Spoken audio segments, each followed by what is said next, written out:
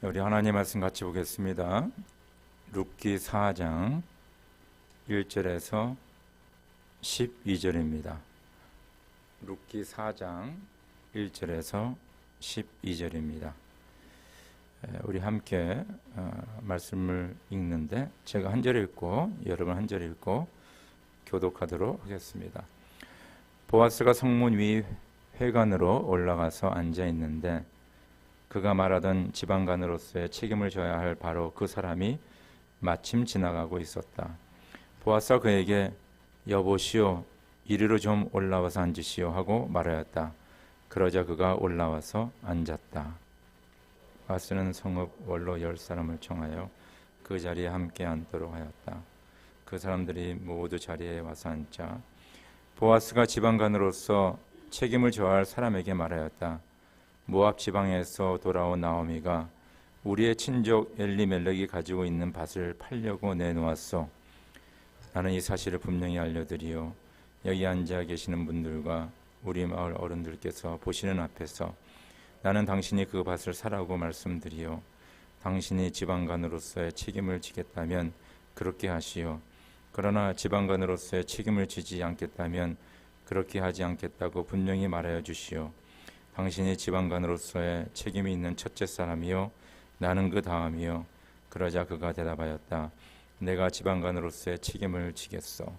보아스가 다시 말하였다. 그렇다면 나오미의 손에서 그 밭을 사는 날로 고인의 아내인 모압 여인 롯도 아내로 맞아들여야 하오. 그렇게 하여야만 그가 물려받은 그 유산이 고인의 이름으로 남게 될 것이요. 그러자 지방관으로서의 책임이 있는 그 사람이 말하였다. 그런 조건이라면 나는 지방관으로서의 책임을 질 수 없어. 젊어하다가는 내 재산만 축나겠소. 나는 그 책임을 질 수 없으니 당신이 내가 져야 할 지방관으로서의 책임을 지시오. 옛적에 이스라엘에는 유산 매매나 물물 교환과 같은 일을 법적으로 분명히 할 때에는 한쪽 사람이 다른 한쪽 사람에게 자기의 신을 벗어서 주는 관습이 있었다. 이스라엘에서는 이렇게 함으로써 일이 확정된다는 증거를 삼았다. 지방관으로서의 책임이 있는 그 사람이 보아스에게 당신이 사시오 하면서 자기의 신을 벗어주었다. 그러자 보아스가 원로들과 온 마을 사람들에게 선언하였다. 여러분은 오늘 이 일의 증인입니다. 나는 엘리멜렉이 가지고 있던 모든 것과 기럯과 말론이 가지고 있던 모든 것을 나오미의 손에서 사겠습니다. 나는 말론의 아내인 모압 여인 롯도 아내로 맞아들여서 그 유산이 고인의 이름으로 남아있도록 하겠습니다. 그렇게 하여 고인의 이름이 그의 고향 마을에서도 끊어지지 않고 친족들 사이에서도 끊어지지 않도록 하겠습니다. 여러분은 오늘 이 일의 증인입니다. 그러자 성문 위 회관에 모인 온 마을 사람들과 원로들이 대답하였다. 우리가 증인입니다. 주님께서 그대의 집안으로 들어가는 그 여인을 이스라엘 집안을 일으킨 두 여인 곧 라헬과 레아처럼 되게 해주기를 빕니다. 에브라 가문에서 그대가 번성하고 또한 베들레헴에서 이름을 떨치기를 빕니다. 주님께서 그 젊은 부인을 통하여 그대에게 자손을 주셔서 그대의 집안이 다말과 유다 사이에서 태어난 아들 베레스의 집안처럼 되게 하시기를 빕니다. 아멘. 아멘. 우리 기독교는 유일신을 믿습니다. 우리 기독교 신앙을 가지고 있는 저 여러분들에게는 한 분의 신을 믿는다는 게 그렇게 생소하지 않죠. 우리가 하나님 한 분을 믿는다. 그러나 이 기독교가 시작되었던 2000년 전 또 그 전에 이렇게 올라가면요, 고대 사람들은 다 신을 믿었습니다. 여러 신을 믿었어요. 그래서 이집트나 그리스나 로마, 인도 같은 경우는 지금도 3억 3천의 신을 믿고 섬기고 있습니다. 또 우리가 가는 유카탄의 그 마야 시빌리제이션, 마야 문명에서도 여러 신을 섬겼습니다. 예를 들어서 이집트에는 아톰이라는 신이 아톰은 창조의 신이다. 또 레라는 신이 있는데 태양신, 그리고 아토르라는 사랑의 신과 오시리스라는 죽음 후의 신이 있습니다. 그래서 이집트에는 여러 신을 섬겼어요. 또 그리스나 또 로마에서는 제우스 혹은 로마에서는 주피터로 이름이 바뀝니다. 그래서 신들의 최고의 신입니다. 그리고 헤라라는 신이 있는데 또 로마 시대 와서는 주노라고 이름이 바뀌는데 하늘의 여왕, 또 가정을 이루는 신, 뭐 이런 신입니다. 또 포세이돈 혹은 넵투누스라는 신은 바다를 지배하는 신이다.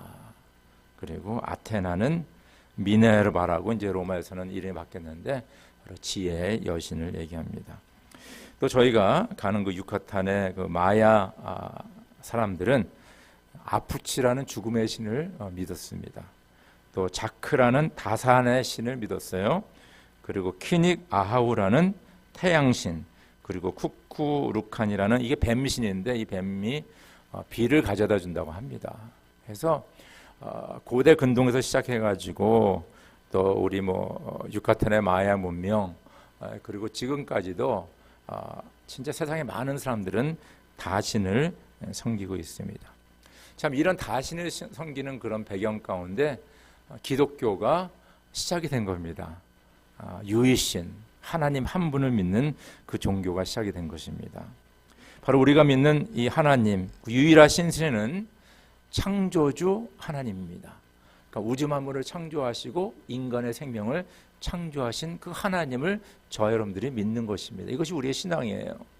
그리고 이 하나님께서 오늘도 우주 만물을 운영하시고 그리고 인간의 생사화복을 주장하시는 하나님이시다.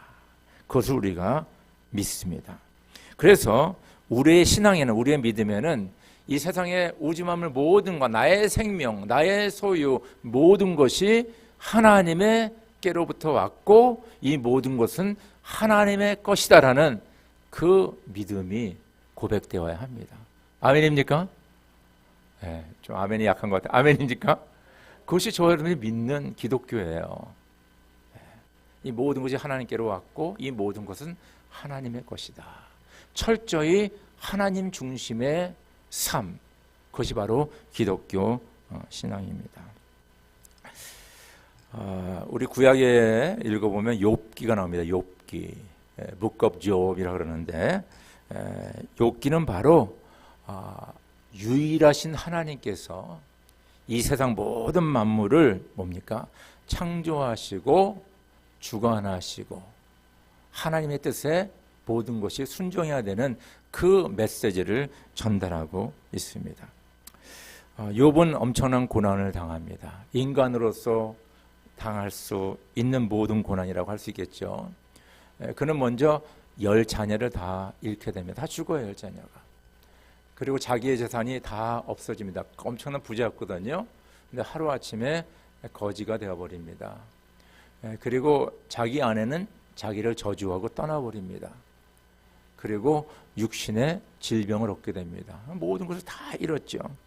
그러나 그 가운데서 그는 하나님의 주권을 인정합니다. 그리고 하나님을 예배합니다. 하나님을 원망하지 않습니다. 이것은 바로 하나님께로 모든 것이 왔고 이 모든 것은 하나님의 것이기 때문에 하나님께서 주실 수도 있고 취할 수도 있다는 그 신앙 고백입니다. 욥기 1장 20절에서 22절 제가 읽어드릴게요. 이때 욥은 일어나 슬퍼하며 겉옷을 찢고 머리털을 민 다음에 머리를 땅에 대고 엎드려 경배하면서, 여기 경배한다, 하나님을 경배한다는 뜻입니다. 이렇게 말하였다. 모태에서 빈손으로 태어났으니 죽을 때에도 빈손으로 돌아갈 것입니다. 주신 분도 하나님이시요 가져가신 분도 하나님이시니 주님의 이름을 찬양할 뿐입니다. 이렇게 욥은 이 모든 어려움을 당하고서도 죄를 짓지 않았으며 어리석게 하나님을 원망하지도 않았다. 원망하지도 않았다. 현재 저와 여러분들은 포스트 모던이라는 시대에 살고 있습니다. 이 포스트 모던의 시대는 절대적으로 인간 중심의 사회를 말하고 있습니다. 하나님을 배제하고 인간이 중심이 되어 살아가는 이 세상이 바로 포스트 모던 시대예요. 그러니까 우리는 이 세상에 살면서 인간이 중심이다라는 그런 철학과 그런 생각과 그런 가치와 그런 가운데 저 여러분들이 살고 있습니다. 그래서 인간들은 예를 들어서 뭐 AI 같은 걸 더 이제 발전시켜서 인간이 어떻게 하면 더 편안하게 행복하게 살 수 있을까? 그래서 인간을 위해서 모든 것이 뭐요? 모든 것이 포커스를 맞춰서 이 세상을 운영해 나가는 그런 인간들의 철학과 삶을 우리가 이야기할 수 있습니다. 무엇보다도 이 가운데는 뭡니까? 하나님의 존재는 허락하지 않습니다. 그리고 하나님께서 말씀을 통해서 정하신 하나님의 기준과 가치는 그 가운데 없어요. 모든 것이 인간의 가치, 인간의 기준이 된다는 것입니다. 그래서 이 포스트 모던의 이 철학, 이 사상, 우리의 삶이 어디서부터 왔냐 이렇게 우리가 살펴보면요, 17, 18세기 계몽주의에서 시작이 됐다 그렇게 얘기합니다.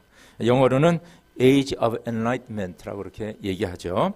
그래서 그 위키 백과사전에 이렇게 간단하게 정의를 합니다. 계몽주의에 대해서 17, 18세기 유럽에서 일어난 이른바 계몽 사상은 인간이 이룩한 문화와 문명에 고취되어 인간의 지성 혹은 이성을 바탕으로 문화와 문명을 진보, 발달시키려는 사상 또는 그러한 행동을 포함하는 적극적인 상태를 가리키는 말이다. 다시 말해 인간의 지성 혹은 이성의 힘으로 자연과 인간관계, 사회와 정치 문제를 객관적으로 관찰해서 명료하고 자명한 보편적 진리를 발견하고 낙관적으로 발전시키려는 시대 정신이라고 볼 수 있다.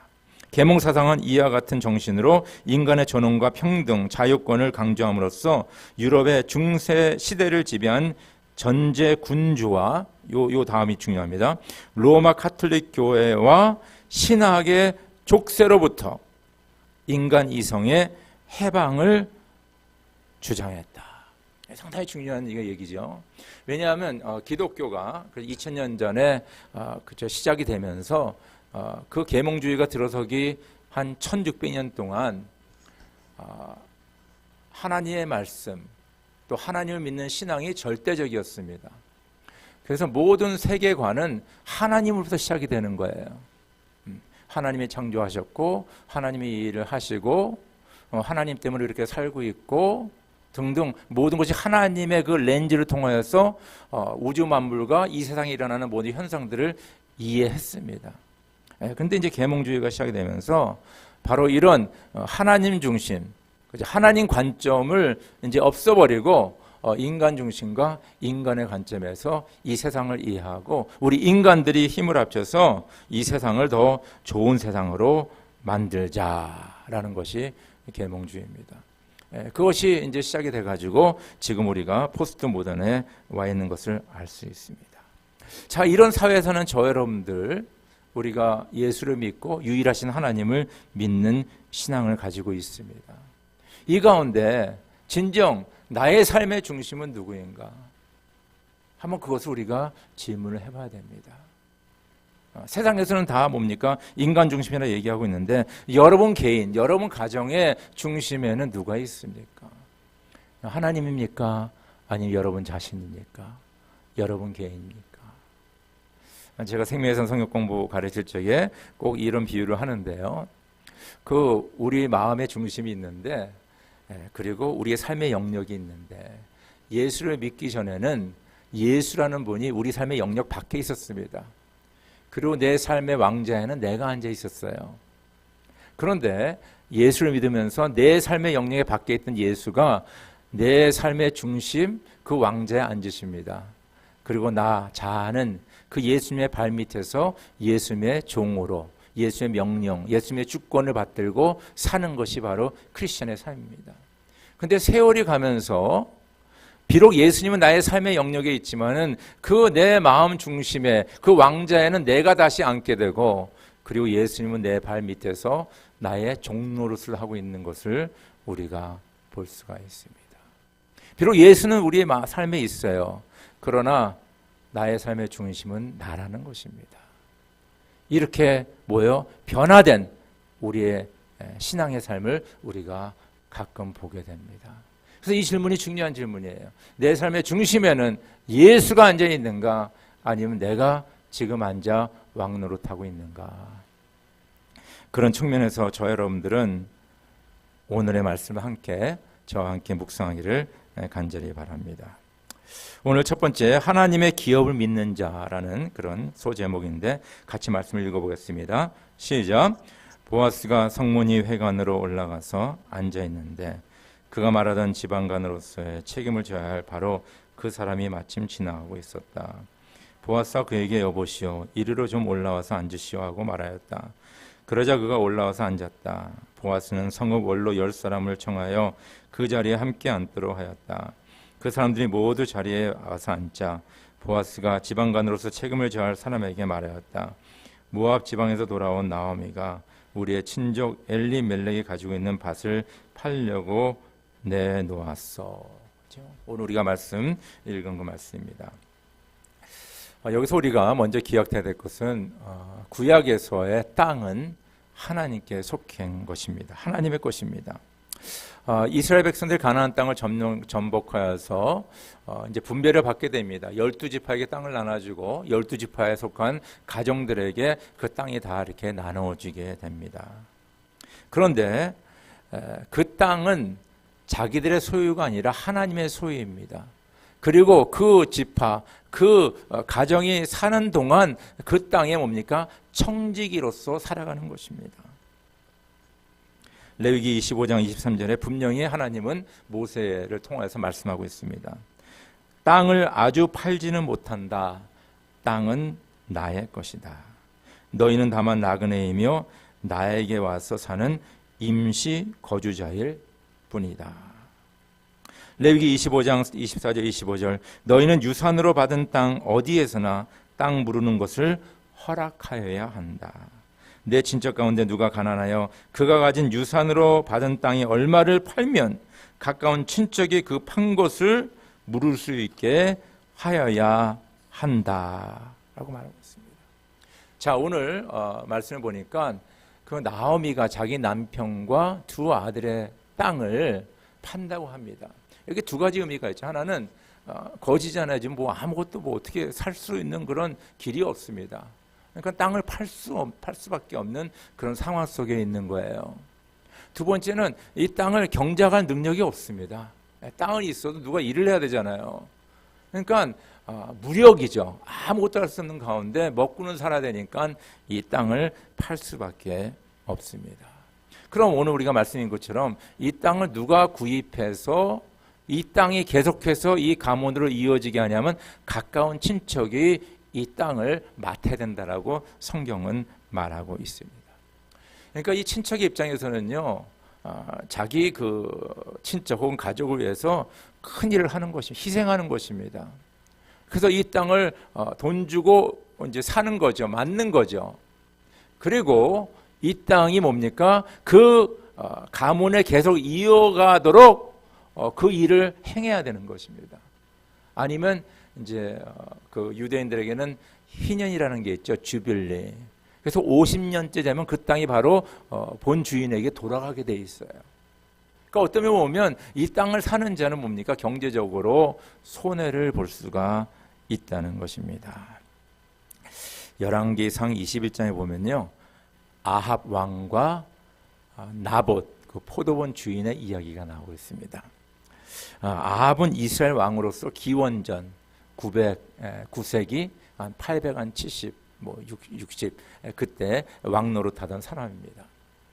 그런데 이 아합이 자기의 왕궁이 있고 별궁이 있었는데 그 별궁 앞에 아주 멋있는 포도원이 있는 거예요. 그러니까 이 마음에 탐욕이 생긴 겁니다. 이 포도원을 내가 차지해야 되겠다. 그래서 이 포도원 주인 나봇을 찾아가게 됩니다.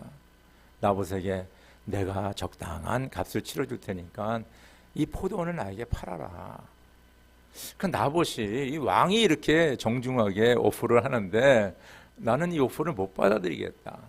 왜냐하면 이 땅은 하나님께서 우리 가문에게 주신 기업이기 때문에 성경에 분명히 이 땅을 팔고 사고 하지 말라라고 말했기 때문에 나는 이 땅을 왕에게 팔 수 없습니다. 여기 두 사람의 대조적인 것을 볼 수 있어요. 하나는 뭡니까? 하나님의 율법과 그 명령을 무시하고 그 땅을 사고자 하는 이스라엘의 왕 아합이 나오는 거고요. 그런 어려운 뭡니까? 죽을 수 있는 그런 환경 속에서도 하나님의 말씀을 지키려는 그 나봇의 그 신앙의 삶을 우리가 엿볼 수가 있습니다. 그러니까 이 아합이 이 땅을 못 사니까 알아 누웠어요. 이 왕도 대단합니다. 알아 누우니까 그 부인이 이세벨인데, 그 이세벨은 지금의 레바논 그 두로에서 그 왕의 딸로 시집 온 사람이에요. 그러니까 뭐 전략적인 결혼이겠죠. 당신 왜 이렇게 알아 누웠어 하니까, 내가 저 땅을 갖고 싶은데 저 나봇이라는 인간이 팔기를 원치 않는다.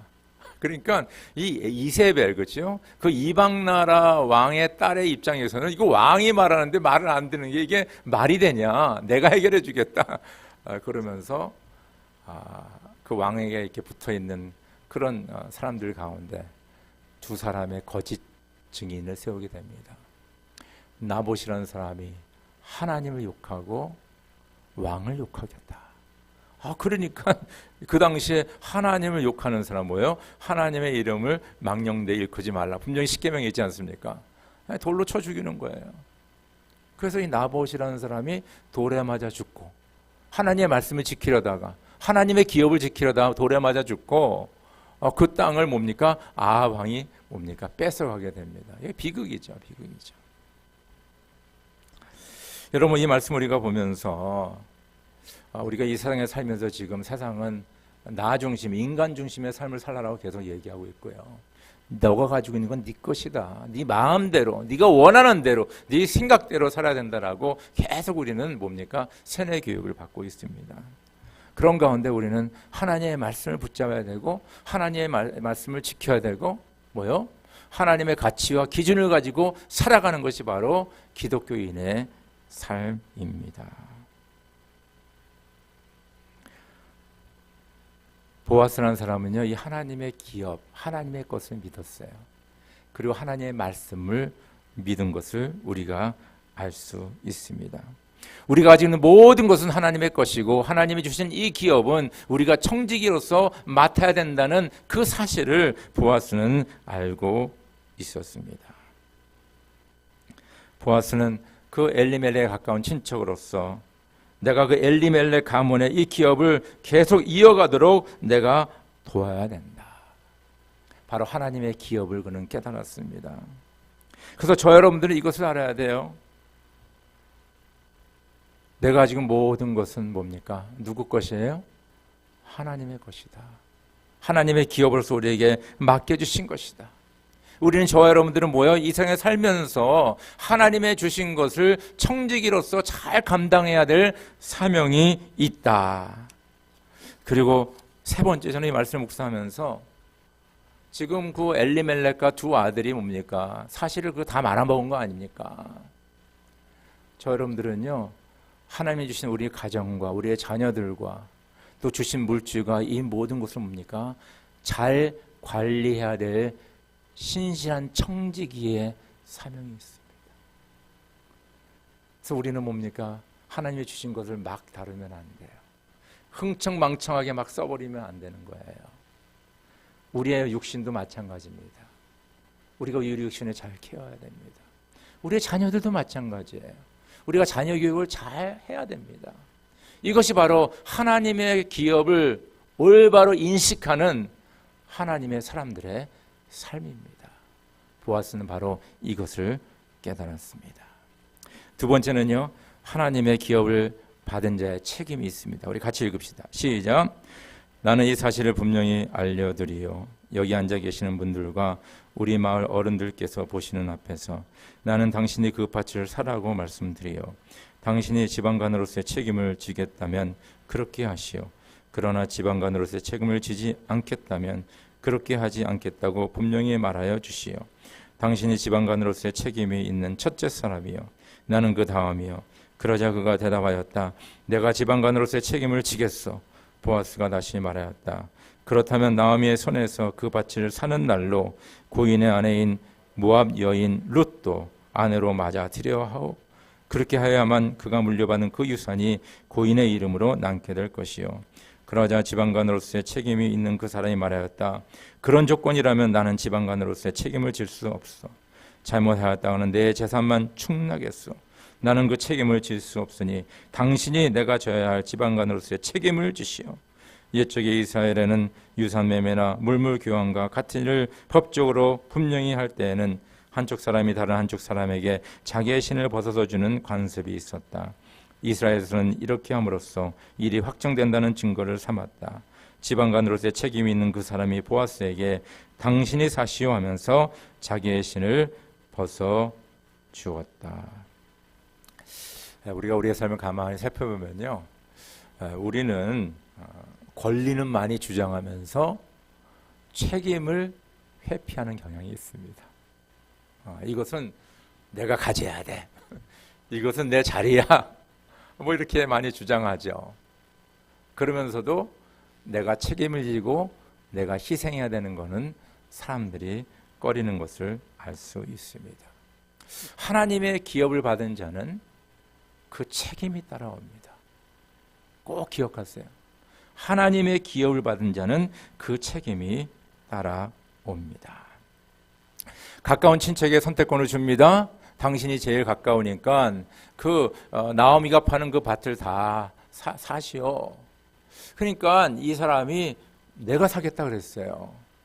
왜 이 사람이 그 밭을 자기 돈을 들여 사겠다 그랬을까?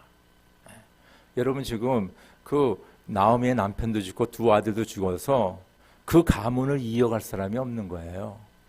그러면 그 땅을 사게 되면 그 땅은 자연스럽게 어느 가문으로 영입되게 됩니까? 그 땅을 사는 사람의 것이 되게 되는 거예요. 그러니까 내가 사겠다 이거예요. 돈을 들여서라도. 딱 보이지 않습니까? 그런데 보아스가 얘기하잖아요. 당신 그 땅을 살고 또한 룻도 데려가야 된다. 그리고 룻을 통하여서 자손을 얻어서 그 땅이 그 엘리멜렉 가문으로 이어질 수 있도록 당신이 그 책임을 져야 된다. 그러니까 이 사람이 뭐라 그래요? 그런 조건이라면 나는 지방간으로서의 책임을 질 수 없어. 잘못하다가는 내 재산만 축나겠어. 나는 그 책임을 질 수 없으니 당신이 내가 가져야 할 지방간으로 책임을 지시오. 여러분, 이 가까운 친척은 이 땅을 뭡니까? 하나님의 기업으로 보지 않고 자기의 소유로 생각했습니다. 내 재산을 부리는 걸로 생각했어요. 이 개념이 다르죠. 이 사람은 땅을 사서 내가 더 부자 되고 우리 가문이 더 커지고 이걸 생각했단 말이에요. 그러니까 당연히 땅을 사야지. 그런데 남에게 다시 줘야 된다 그러니까 뭐요? 나는 싫다는 거예요. 자기 이익, 자기 중심의 사고방식과 경제적인 생각을 말하고 있습니다. 우리의 소유는 하나님의 것입니다. 여러분, 이것을 꼭 기억하세요. 여러분이 가지고 있는 재물, 자녀들, 이 모든 것은 내 것이 아니라 하나님의 것입니다. 그리고 하나님께서 이 모든 것을 주신 것은 뭐요? 내 자산을 늘리기 위한 것이 아니라 뭐요? 하나님의 나라와 그 영광을 위하여 하나님의 뜻을 이루는 데 사용하는 데 있습니다. 그래서 저 여러분은 철저히 청지기들이에요. 내 거 아니에요. 다 놔두고 가게 됩니다. 저는 이제 장례식에 많이 참석하게 되고 또 장례식을 집례하게 되는데 진짜 우리가 다 세상을 떠날 적에는 아무것도 못 가지고 갑니다. 그냥 우리는 이 세상에 나그네처럼 살면서 우리가 이 주님께서 주신 기업을 잘 운영하며 하나님의 영광과 그 뜻을 위하여서 살다가 하나님의 부르실 때 가는 거예요. 이것이 하나님의 기업에 대한 올바른 이해고 바로 이것을 이루기 위하여서 저 여러분들 뭡니까? 책임이 있다는 것입니다. 우리가 의무가 있다는 것입니다. 이것을 꼭 기억하시기 바랍니다. 오늘 말씀 보니까 뭐요? 보아스는 이 책임을 집니다. 자기 자신의 일부를 뭡니까? 그 엘리멜렉 가문을 잃기 위하여서 그 땅을 삽니다. 그건 자기 게 아니에요. 이제 뭐요? 룻과 결혼해 애를 낳으면 그 자녀들에게 계속 이어질 그 유업인 것을 그는 알았다는 것입니다. 그는 엘리멜렉 집안의 그 기업을 다시 이어가기 위해서 자기를 희생하는 것을 개의치 않았습니다. 하나님의 기업을 받는 자들은 이런 책임이 따르고 그 책임을 이루기 위해서는 때로는 뭡니까? 희생이 따르게 됩니다. 이것이 바로 하나님 중심의 신앙입니다. 나 중심이 아니에요. 하나님의 뜻과 하나님의 영광을 위하여서 내가 책임을 지고 희생을 할 수 있는 그 사람이 바로 하나님의 기업을 받는 자의 올바른 삶인 것을 꼭 기억하시기를 주의 이름으로 축원합니다. 마지막으로 하나님의 기업을 받는 자는 하나님의 복을 받습니다. 우리 같이 읽을까요? 시작. 그러자 보아스가 원로들과 온 마을 사람들에게 선언하였다. 여러분은 오늘 이 일의 증인입니다. 나는 엘리멜렉이 가지고 있던 모든 것과 기럯과 말론이 가지고 있던 모든 것을 나오미의 손에서 사겠습니다. 나는 말론의 아내인 모압 여인 룻도 아내로 맞아들여서 그 유산이 고인의 이름으로 남아있도록 하겠습니다. 그렇게 하여 고인의 이름이 그의 고향 마을에서도 끊어지지 않고 친족들 사이에서도 끊어지지 않도록 하겠습니다. 여러분은 오늘 이 일의 증인입니다. 그러자 성문 위 회관에 모인 온 마을 사람들과 원로들이 대답하였다. 우리가 증인입니다. 주님께서 그대의 집안으로 들어가는 그 여인을 이스라엘 집안을 일으킨 두 여인 곧 라헬과 레아처럼 되게 해주시기를 빕니다. 에브라 가문에서 그대가 번성하고 또한 베들레헴에서 이름을 떨치기를 빕니다. 주님께서 그 젊은 부인을 통하여 그대에게 자손을 주셔서 그대의 집안이 다말과 유다사에서 태어난 아들 베레스의 집안처럼 되게 하시기를 빕니다. 이 보아스가 엘리멜렉 가문의 그 기업을 책임지겠다고 하니까 그 원로들과 마을에 있는 많은 사람들이 그 보아스를 축복하는 거예요. 룻을 축복하는 겁니다. 이 축복, 할렐루야. 다 우리 복 받기 원하죠. 여러분들 누구 만나면요 꼭 복을 빌기를 바랍니다. 하나님의 샬롬이 함께하기를 간절히 바랍니다. 하나님의 은혜가 함께하기를 간절히 바랍니다. 하나님의 축복이 함께하기를 간절히 바랍니다. 여러분들 나무 위에 복을 빌기를 주의 이름으로 축원합니다. 그 복이 그 사람이 못 받으면 누구한테 돌아온다 그랬어요? 나한테 돌아오는 거예요. 그래서 많은 사람들이 나를 축복하고 뭡니까? 그렇죠? 나를 격려하고 그런 건 너무너무 하나님의 축복입니다. 하나님이 이렇게 사람들을 통해서 복을 주시는데 오늘 그 복의 내용을 좀 보겠습니다. 첫 번째는 룻을 향해서 축복을 합니다. 당신 가문에 들어온 그 여인이 이스라엘 가문을 일으킨 두 여인 라헬과 레아와 같은 복을 받기를 원합니다. 라헬과 레아는 누굽니까? 야곱의 두 부인 아닙니까? 거기서 12 아들이 태어나게 되죠. 그 12 아들이 12지파의 족장이 됩니다. 12지파의 족장이 되는 거예요. 그 룻을 향해서 이렇게 축복하는 거 당신이 라헬과 레아 같은 이스라엘의 가문에 뭡니까? 그 어머니가 되는 그 축복이 있기를 바랍니다. 하고 복을 줍니다. 두 번째는 보아스에게 복을 주는데 당신이 뭡니까? 에브라과 에브라에서 형통하며 그렇죠? 번영하며 베들레헴에서 이름이 떨치기를 바란다. 저는 이 말씀을 들으면서 하나님께서 아브라함에 주신 그 축복의 말씀이 아닌가 생각합니다. 내가 너에게 복을 주고 너가 복의 근원이 돼서 많은 새 복을 줄 뿐만 아니라 네 이름이 창대하게 되리라. 창대하게 되리라. 세 번째는 룻과 보아스 그 가정의 복을 빕니다. 뭐라고 하냐면 하나님께서 당신들에게 자손을 주셔서 유다와 다말에게서 태어난 베레스의 집안처럼 하나님의 축복이 있기를 원한다. 여기 참 이상하죠.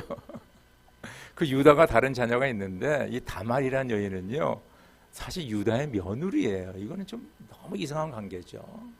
근데 놀랍게도 하나님께서는 이 관계를 통하여서 자녀를 주시는데 그 베레스를 통하여서 유다 지파가 계속 이어지게 됩니다. 여러분 오늘 말씀을 보면요, 사실 룻이라는 여자는 모압 여인이에요. 이스라엘 그 사람들 가운데 들어오면 안 되는 여인입니다. 그렇죠? 그 유대 사람과 결혼하면 안 되는 그런 그 신분의 여자인데 이제 뭡니까? 보아스와 결혼하여 유다와 다말 사이에서 베레스가 태어난 것처럼 바로 보아스와 룻의 사이에서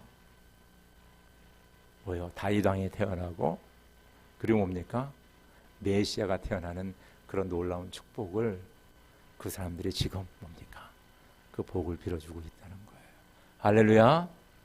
지금 이스라엘 사람들을 우리가 뭐라고 부릅니까? 주이시 피파라죠. 주이시 혹은 유대인이라고 그러죠. 이 주이시 유대인이라는 건 뭡니까? 유대 지파 사람을 얘기하는 겁니다. 놀라운 일이죠. 지금 세상에 있는 그 이스라엘 사람들 다 유대인이야. 유대인. 그 유대인은 뭐냐? 바로 12지파 가운데 다른 지파들은 다 없어지고 뭡니까? 유대 지파 다른 뭐 조금씩 남았겠죠. 그러나 유대 지파가 남은 거예요. 그래서 유대인이라고 부르는 거예요. 할렐루야. 이게 놀라운 하나님의 축복을 말하고 있습니다. 우리는 이 세상에 살면서 뭡니까? 우리에게 생명 주시고 우리에게 가족을 주시고 관계를 주시고 또 물질도 주시고 많은 걸 하나님이 주셨어요. 이건 하나님이 주신 것이고 이 모든 것은 하나님께 속한 것입니다. 이것이 바로 하나님의 기업이에요. 우리는 이 세상 살면서 이 기업을 잘 운영하며 하나님의 이름과 그 영광과 그 뜻을 이루는데 뭡니까? 우리가 이것을 써야 되는 거예요. 그것을 위해서는 때로 뭡니까? 우리가 책임을 져야 되고 때로는 내가 희생을 해야 됩니다. 그런 가운데 그 기업을 믿고 기업을 맡고 책임지고 희생하는 자에게 하나님께서 복을 내려주시는데 이 보아스와 룻에게 또 그 가정에 내려주신 그 놀라운 축복 여러분에게 있기를 주의 이름으로 축원합니다. 우리 다 함께 기도드리죠.